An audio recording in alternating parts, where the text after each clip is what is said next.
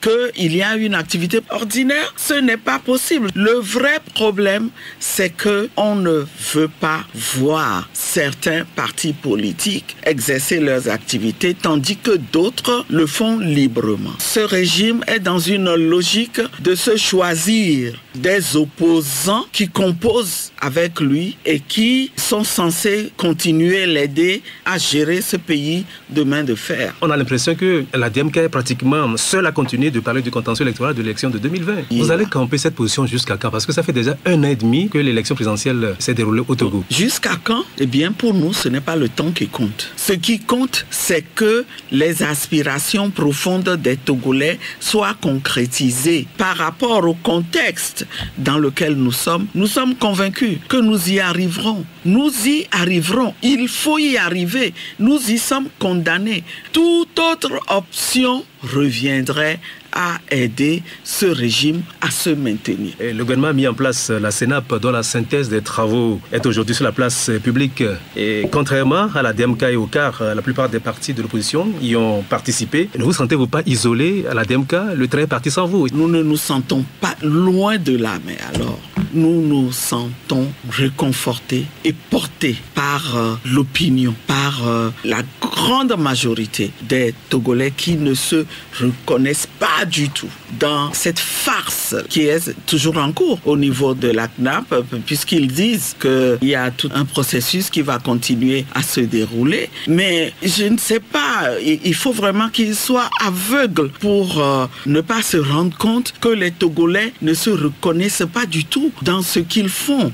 Ou alors, s'ils ne sont pas aveugles, ça veut dire qu'ils ont un grand mépris pour le peuple qu'ils prétendent diriger. Vous ne pouvez pas discuter avec des opposants que vous avez choisis pendant que vous laissez en dehors du Togo l'opposant principal. En quoi ce qui a été fait constitue des avancées par rapport à ce qui a été discuté pendant tous ces dialogues? Mais vous croyez que c'est nouveau?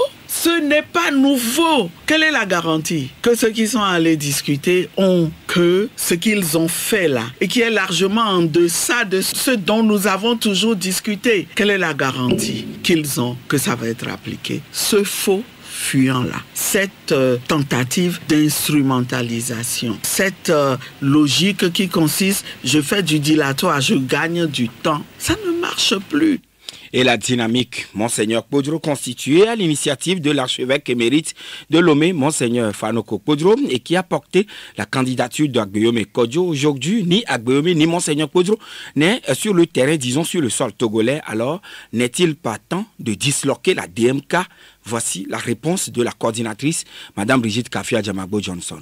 Vu que nous sommes dans une logique de lutte citoyenne pour sortir notre cher pays, le Togo, du long tunnel dans lequel il est coincé depuis plusieurs années, eh bien, je pense qu'en tant que coordonnatrice de la dynamique Monseigneur Kpodro, cette force politique qui se propose de mener à terme cette lutte. C'est en toute connaissance de cause et par nous-mêmes que nous avons décidé, nous les responsables des partis politiques et organisations de la société civile se retrouvant au sein de la DMK, c'est en toute connaissance de cause que nous avons décidé de nous engager dans une lutte, pas pour Monseigneur Kpodro ou pour le président Agbeyome Kodjo, mais pour notre pays, le Togo. Et donc, c'est un engagement profond, un engagement à aller jusqu'au bout de l'action. Alors, que ces deux personnalités soient dehors, chacun sait que c'est lié aux vicissitudes